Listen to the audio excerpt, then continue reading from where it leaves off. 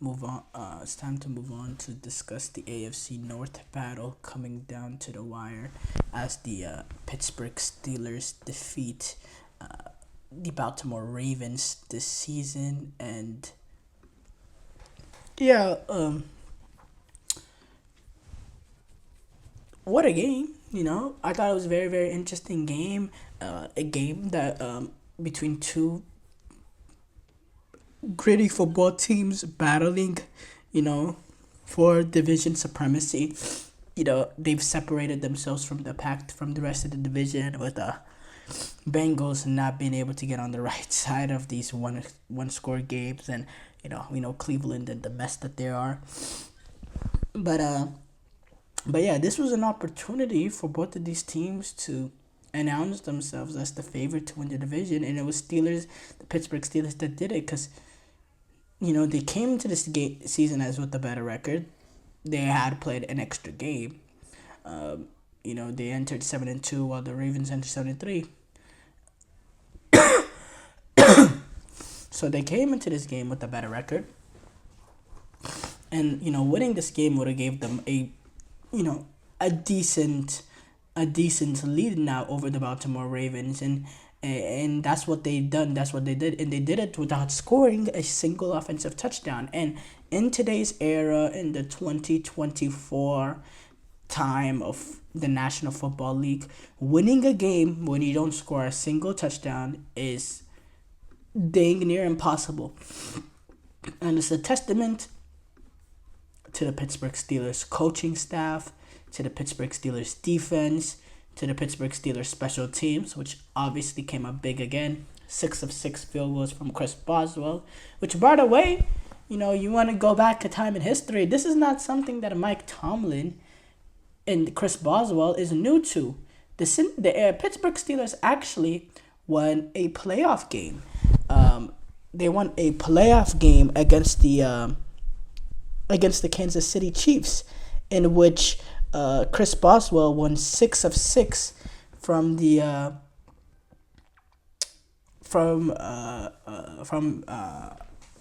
in terms of his field goal percentage. He went 6 of 6, and they beat the Kansas City Chiefs in that one with not a single offensive touchdown. I believe the score was also 18 to. I think it was 18-15 as well. No, I'd have to pull up that score. That was probably for me 2016 or something like that.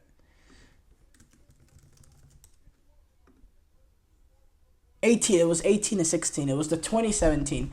It was the 2017 divisional round. 18-16. Chris Boswell had 6 field goals there, and it just watching that game, immediately when Chris Boswell hit the 6th field goal to make it 18 points, I immediately thought of that. If people forgot, actually, that's the infamous Facebook Live moment where after that game is when Antonio Brown went on Facebook Live and exposed what Mike Tomlin was saying in regards to the Patriots.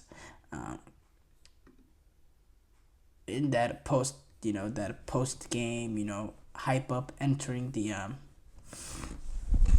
divisional round. But yeah, unbelievable result for Pittsburgh.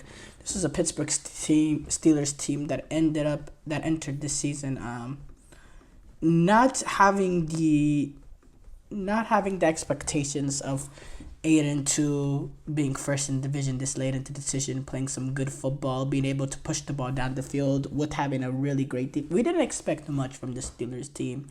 We thought this was a team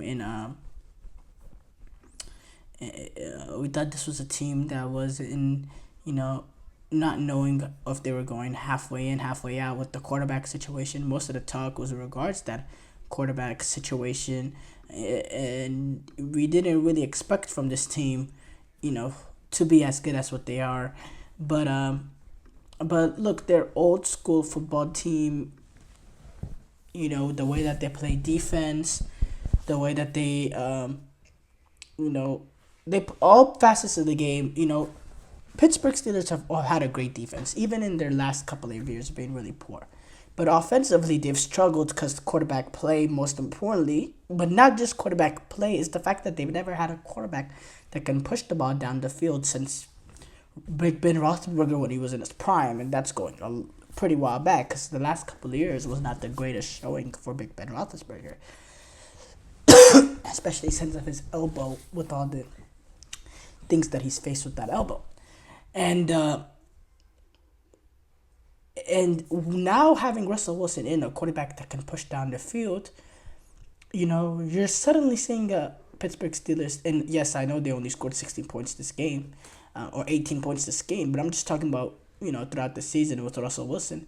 You're seeing a team, now that he can push the ball down the field, you see the Steelers facing a little bit lighter boxes, and it's led, in my opinion, to a resurgence of Najee Harris, who I've not been a biggest fan of, but he's had a solid this season, averaging about 4 yards a carry, has already 708 yards on the season. Is on the verge of being 1,000-yard rusher. I believe. I don't know how many times he's accomplished that in his career. As a Steeler, I wouldn't guess many. I'd have to go check that. Actually, no, he did have a few. He's had 1,000-yard season actually his last 3 seasons. But overall, so I was completely wrong about that. But overall, with Najee Harris and Jalen Warren, they have a good running back tandem there. And I think those two players complement each other really well. I think George Pickens, his greatest ability is to make those catches, those crazy contested catches, that are seemed impossible. And Russell Wilson, in the way he pushed the ball down the field, and the way that he trusts his receivers to make plays, he's given George Pickens more of an opportunity to make those 50-50 plays. And yeah, it's made the Steelers the team that they are now. And their grittiness and the way that they were able to overcome not scoring a touchdown does not surprise me.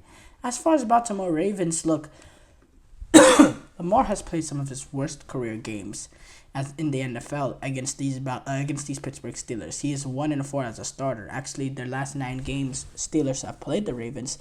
They're 9-1. The Steelers are 9-1. Now you take that with context. There's been a lot of games that Lamar and a lot of the Ravens starters have not played because some of these matchups have came in meaningless Week 18 games where it was decided already where Baltimore were going to be in the playoffs and they didn't really need that final game. They were resting players for that final game, but in this season so far, but in the 5 games that Lamar has played for the against the Pittsburgh Steelers, he has not performed. He is 1-4 against them, and is it a combination of the fact that the Steelers can play? They have this talent in the secondary to play man on man, and they can spy him and they can contain him with the likes of T.J. Watt and Cam Hayward and those boys up front, and the fact that they can spy, they can take a player out of coverage and spy on him because they trust their corners and safeties to go 1-on-1. There's the combination of that, and it's just Steelers.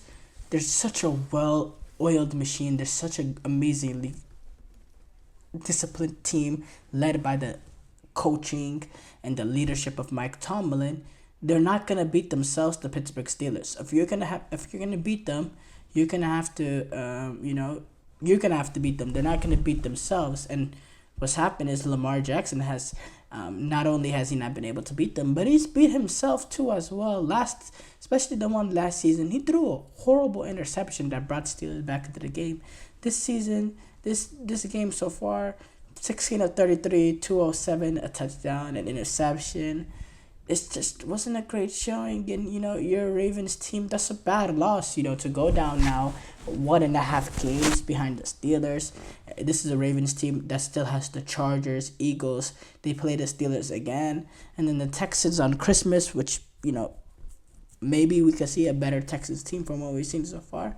It puts Ravens in a tricky position to come back in that AFC North because Pittsburgh are high-flying. They're playing good football. They have that 1.5 game leap. And if you compare the Steelers Actually, the Steelers have a pretty difficult schedule as well. Actually, they play the Browns this week, which should be a victory. But then they have Cincinnati.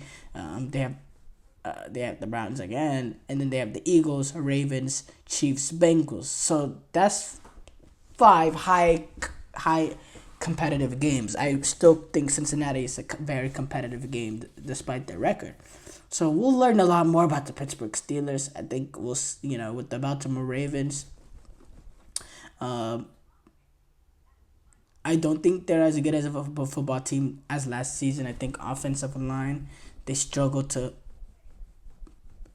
protect for Lamar as they did in the past, and we know the woes that they have in the secondary. I'm interested to see if Baltimore are able to get back to that AFC Championship this season. I'm having my doubts.